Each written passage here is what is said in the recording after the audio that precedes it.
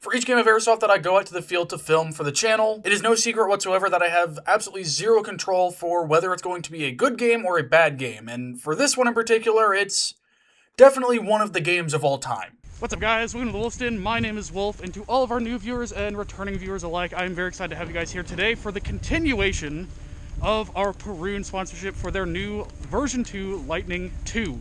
Currently, we have our A&K Masada fully tuned out. I have done a little bit of test firing to see how it is doing, and as of right now, I might have to tune where the pickup for the auto sear is, because it is just a touch sensitive. So I might have to adjust that later on in the day, but for right now I'm going to be conscious of it. I am allowed to use full auto as far as I know, but I'm going to try not to spam it too much. We only have so much ammo, and I don't want to spend it too much. But today we are back out at Bingfield in Alton, Illinois to do our testing, both of the Masada and for the 416. I have both out here today. For this game, we are out on towers and trenches. Do some attack and defend. Figured it would be a good game mode for the longer ranges we can get with the ACR here. So we're going to get into it and see how it goes going into round one.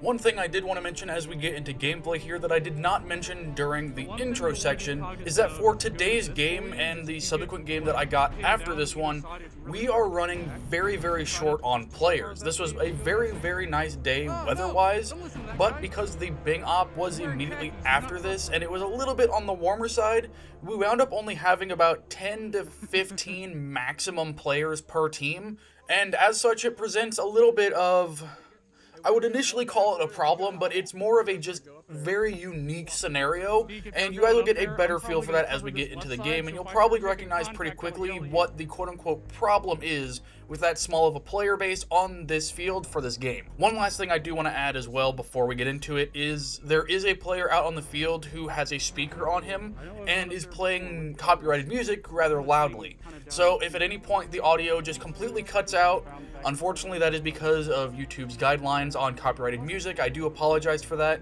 but the easiest way to get around that is to just completely cut the audio. So if you hear audio just completely cut out for a second, don't worry, it's not you, it's just I had to remove it for the video for copyright reasons. And with both of those things addressed that I didn't mention during the intro, let's get right into the defense phase and see what the enemy team does. As per usual, I'm going to see how they spread out from the get-go and then formulate a plan from there.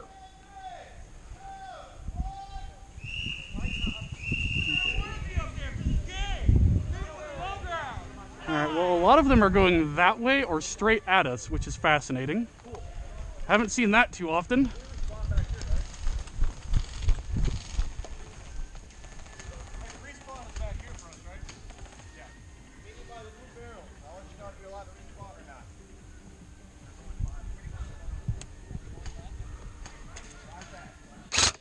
Ooh, whoops.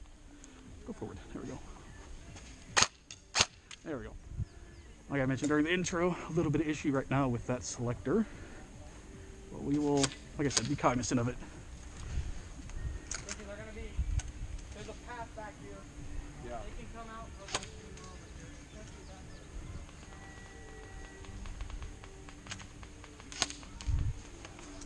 They're covering that way, it sounds like. Yeah, the two speedy boys that were over here pushed way up onto their ridge side, I think. I think so. Unless they moved, which I don't know. I think they immediately took off. Yeah, because they were right here. I think they immediately took off that way, which is good for us. So if you see them come back, expect trouble. Yeah, big fungus man? Yeah. No, let him exist. He's just hanging out.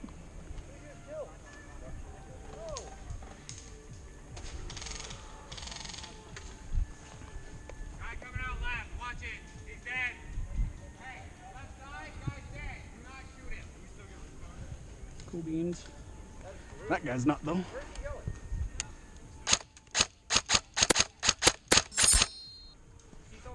Yep, they're on this little cylinder, concrete cylinder. My 12 o'clock grabbed one. There's another that didn't call, or I didn't hit. Probably the latter. On this particular occasion, I did actually hit that second player. He was the one that was up in front, and I happened to snake around past him to get the guy behind him who did call. I'm not calling him a cheater by any means. He probably just didn't feel it, or he might have called it and I just didn't see it through the brush. Regardless of whether he called or not, I couldn't see it, so for now, it's only a single kill on the board. No double kill for me this time. Hey, careful on. Oh, I see someone running back there. It might be one of our team, though. Yeah, try to ID if you can. If you can't, keep an eye on him. You'll never guess what happened, Marge. Woo. Okay, someone's shooting. Someone's shooting middle, right here, right here. Where are you at, sir? Ah, there you are.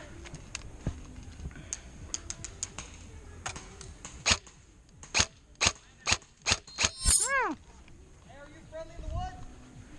Well, he shot me. Probably shouldn't have said that. That's my bad. My bad, team. Shouldn't have done that.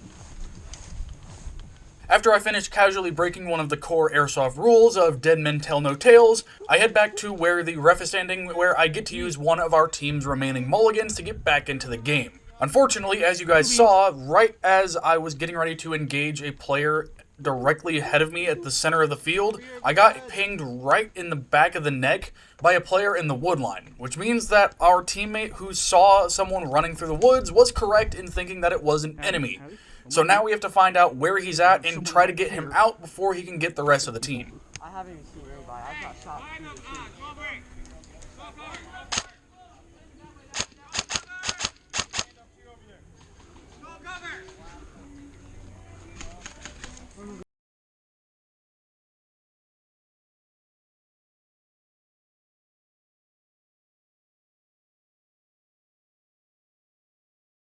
Yeah, I got taken out by a sniper coming through the woods. There's a guy right here somewhere.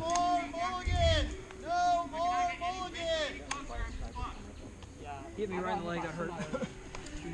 You see, I got hit in the back of the neck.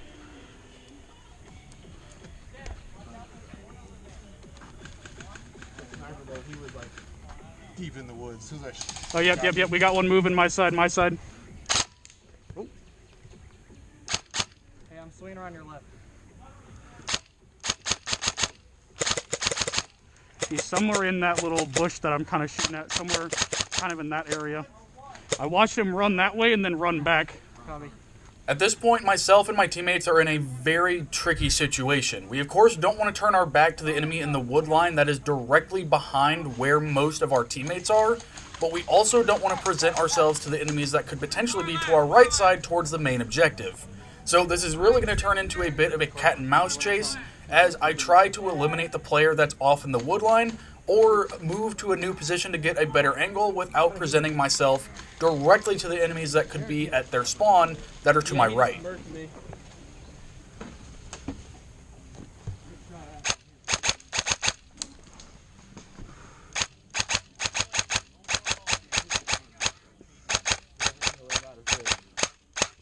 Right? Hey, we need to just push up, Dad. There's a guy right here shooting on this corner, so just be careful. covered from here. We're sitting ducks. We need to Go. I could have sworn I was getting close, but oh well. Alright guys, so we've gone through our first phase here. Got our first 2 hits of the game. Got a couple kills, I think. But ACR is running smooth other than the slight issue with the selector plate. So far, very pleased. We'll get into the attacking phase and see how that goes for us this time around. Now, ordinarily, as I just mentioned after the ending of the defense phase, this is where we would roll into the second phase and, you guys would see the portion of the attacking phase from start to finish. Unfortunately, the clip that I am about to show you in just a moment completely encapsulates the first 11 minutes and 39 seconds of the attacking phase from my POV. What's in the box?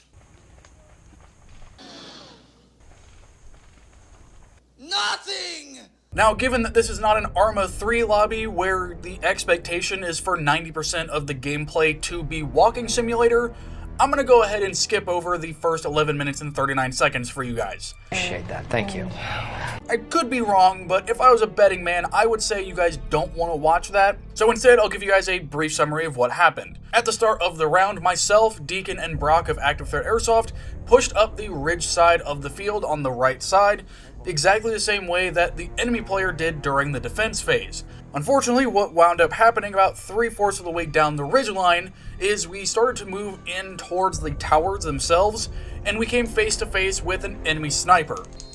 Or more appropriately, he came face to face with us because we were completely oblivious, completely unaware that he was even there. He was doing a very good job in his ghillie position and completely zeroed our entire squad. I'm just going to be totally for real with you guys.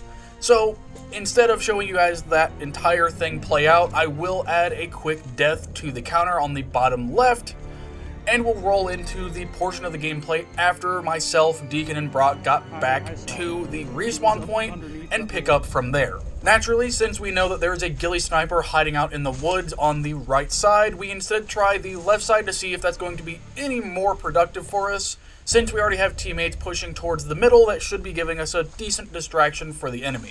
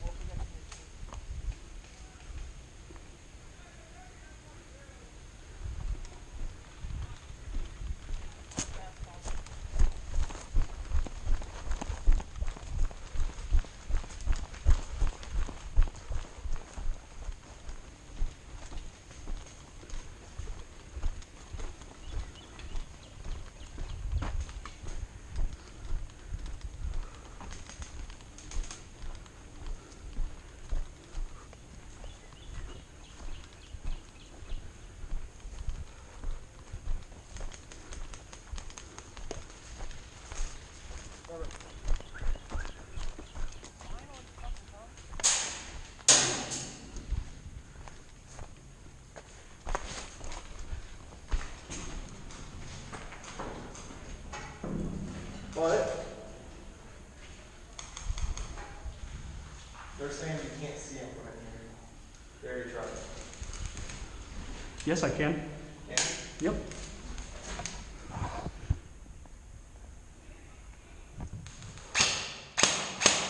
I haven't noticed it in the moment just yet, but as some of my more astute viewers might have noticed there during that sequence of shots, the mag that is currently inside the Masada is having a little bit of issue with jamming or just not feeding appropriately. So the next bouts of fire that you're going to see are not putting any rounds out. That is not because of the replica itself, but because the mag that is currently in the magwell not feeding appropriately. I have fixed this after the fact, of course, but in the moment I didn't realize it until after I'd already done a few bouts of fire and noticed that it wasn't firing as it should be.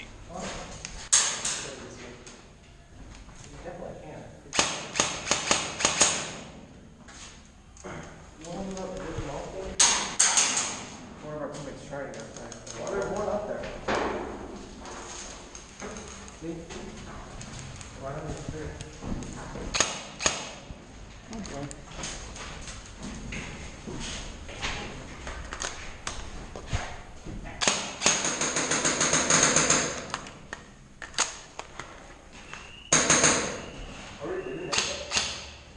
Oh shit, I think we made it.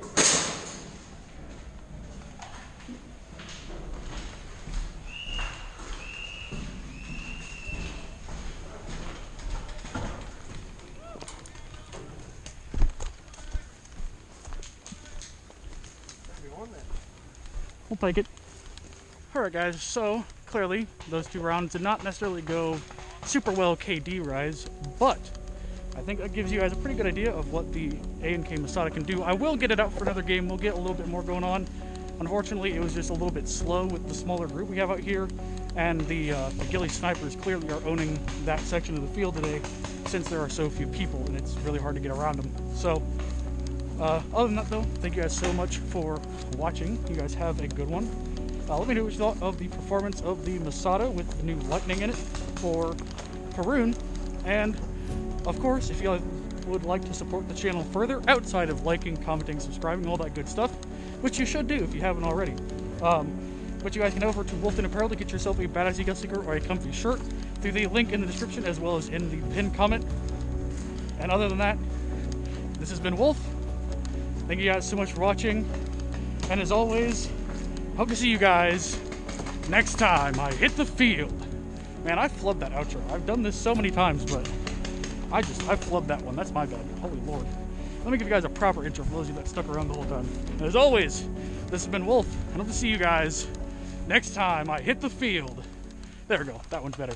One final note to close out this video. It goes without saying, today's video went completely different than how I would have liked, and it didn't necessarily represent the Perun MOSFET as well as it could have. So expect some more Masada gameplay coming very, very soon to the channel. I've got another video from this particular day that I will be posting very soon, most likely next week. So that one will also go up for the Perun Lightning version 2. But expect some more to come out, especially with the Masada, but also with the 416. Because let's face it, they deserve a little bit more love before I start rotating back to some other replicas out of the channel's collection.